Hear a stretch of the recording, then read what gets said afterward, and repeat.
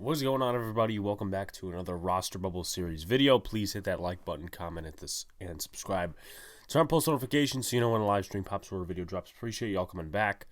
I'm going to make this the final Roster Bubble Series video. I know we added two new guys in Austin Calitro and Gerard Wilson, but I'm going to make this the final video. I thought it would be a nice final video, because not final video, I'm not retiring or nothing, but final Roster Bubble Series video, because today's Fan Fest, and I think cutting off the series here is, I think it's just due time.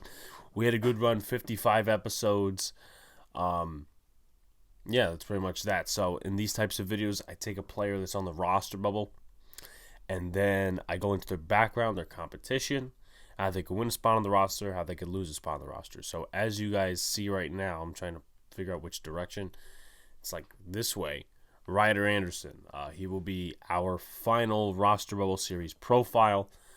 Ryder Anderson is a defensive end out of Indiana. Before that, he spent a total of 4 years at Ole Miss. So he's a guy who has experience in college. Once again, a lot of these guys that Joe Shane and Brian Dable brought in, 5-6 years in college, also 4, and that's pretty much that. But his stats-wise at Ole Miss and Indiana, his first year, his freshman year, 5 games, 9 tackles, 1.5 sacks, 1.5 tackles for a loss. His second year at Ole Miss, 10 games, 33 tackles, 4 tackles for a loss, and 1 sack and a forced fumble. His third year at Ole Miss, 4 games, 14 total tackles, 2.5 tackles for a loss, 2 sacks, no forced fumbles. 2020 COVID season, 10 games, 42 total tackles, 2.5 tackles for a loss, 2.5 sacks. I don't know why I read that wrong. 2.5 sacks, 7 tackles for a loss, a pass deflection, and a fumble recovery. Then his year at Indiana, 11 games, 47 tackles, 7.5 tackles for a loss, 2.5 sacks, and 1 forced fumble. So I'm going to copy this a little bit from, I believe this is Big Blue View, so shots to them. Here's some strengths and weaknesses. Excellent size and frame to withstand the rigors of point of attack play in the NFL. He's an assignment-focused player that does a solid job of playing his role. Wears an O-line out throughout the day. With his physical strength and consistency in his approach, he's able to shoot his hands quickly on an offensive lineman, forcing him to work all throughout the rep. Some other stuff, needs to play with more giddy up in the game. At times, it's like he's thinking out there on the field, and those are times you need to play fast and just be out there. You can't think, because maybe if you're thinking to go to this gap or this gap, he's already, the running back is probably already hitting the field for a big run. So there's that. Needs to be better at quickly disengaging from blocks. Hands have to get more violent at the point of attack.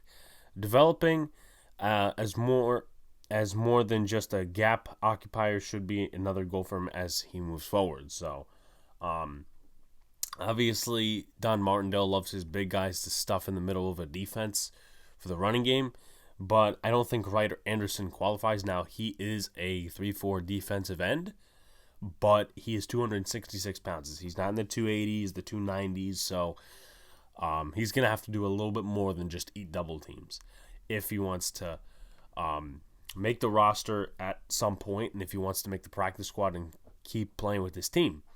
Anderson looks the part with his size, strength, and length to lock out and control the point of attack. He has a powerful stab move, but his first step quickness is average, and heavy legs that lack shifty movements. He offers inside-out versatility, although his lack of twitch might limit his playmaking radius versus the run.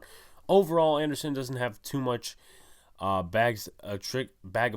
doesn't have much in his bag of tricks as a pass rusher, but he is a bulldozer downhill with ammo in his hands to power through soft shoulders. So here's his competition. It's Justin Ellis, Christopher Hinton, David Moa, Jalen Holmes, and Jabari Ellis. Actually, no, not Jabari Ellis anymore. He's gone, so it's not Nick Williams.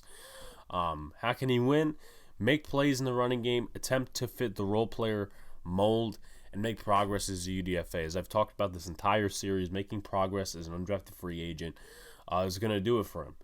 If they see progress in your game, maybe you're better at a pass rushing move or you're better at just getting in the backfield. I mean, he hasn't been too noticeable in camp. Maybe we'll see at FanFest today.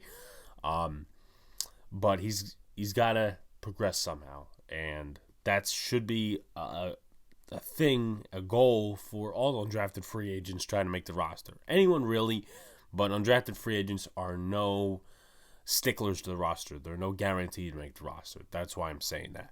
But make plays in the running game. Try to eat the double teams and occupy gaps. Make plays so that other teammates could make plays. How can he lose? Gets mulled over in the running game, passed up on the depth chart, and no progression. So the New York Giants, as of right now, I'm doing this live here, don't have a depth chart. They do not have an official team depth chart yet, which is a little surprising. Some teams do have it yet. Sometimes some teams don't have it. But he, if he doesn't progress, that may be a sign that he doesn't make the roster or the practice squad. If he's passed up on the depth chart, it would be tough for him to try to come back. And it's a open competition right now, in my opinion. Now, overall, I'm going to state my prediction before I go back to my point. I don't think he's going to make the roster. I think he's actually going to make the practice squad as, a developmental player. Guys like Yusuf Corker and all the undrafted free agents we talked about in the past. But in terms of the defensive line, it's a little bit of an open competition. Now, I did mention, okay, you can't just eat double teams, but if he could do a little bit more, he could make the roster. Over a guy like David Moe, over a guy like Jalen Holmes, who sometimes has been getting reps with the ones. I've noticed that. Over a guy like Nick Williams. Nick Williams isn't playing much ones work. Now, does that mean he will make the roster? We don't know. Of course, it's evaluating. Christopher Hinton, he's been okay. Not much out of him in camp. Not much out of the defensive line probably until you can see preseason games. So it's an open competition. For Ryder Anderson to win, he's going to have to be better than just a gap holder. He's got to improve in his running game. He's got to improve as a pass rusher a little bit. And overall, he's got to make progress in this game. Be sure to like, comment, and subscribe. Turn on post notifications if you so you know when the live stream pops or a video drops. Appreciate y'all coming back. Excited to see some of y'all at FanFest today. If you can't make it, that's okay as well. Hopefully go to the next Giants event. Peace out, guys. See you later, and stay cool.